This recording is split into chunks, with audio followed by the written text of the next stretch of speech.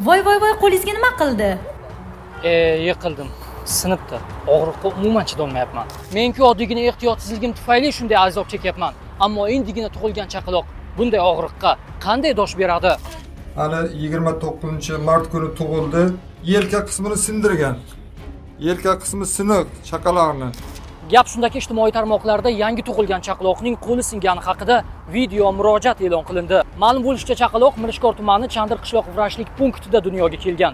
Uning yaqinlari chaqaloq tug'ruq jarayonida hamshiraning ehtiyotsizligi tufayli jarohatlanganligini aytishmoqda. Hozir qizimni qizchasi bu, o'zimni yonimga olib turibman.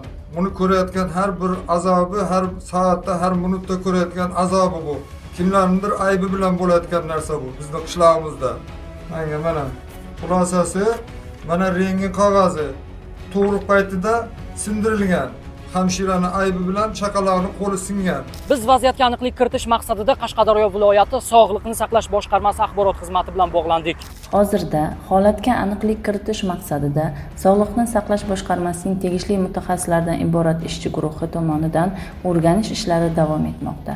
Mas'ulning qo'shimcha qilishicha, hozirda chaqaloqning ahvoli yaxshi. O'rganish ishlari yakunlangandan keyin voqea yuzasidan batafsil ma'lumot berilishi ma'lum qilindi. Biz mazkur holat yuzasidan o'rganish ishlari yakunlangandan keyin chaqaloqning qo'li sinishiga kim sababchi bo'lganiga aniqlik kiritishga harakat qilib ko'ramiz.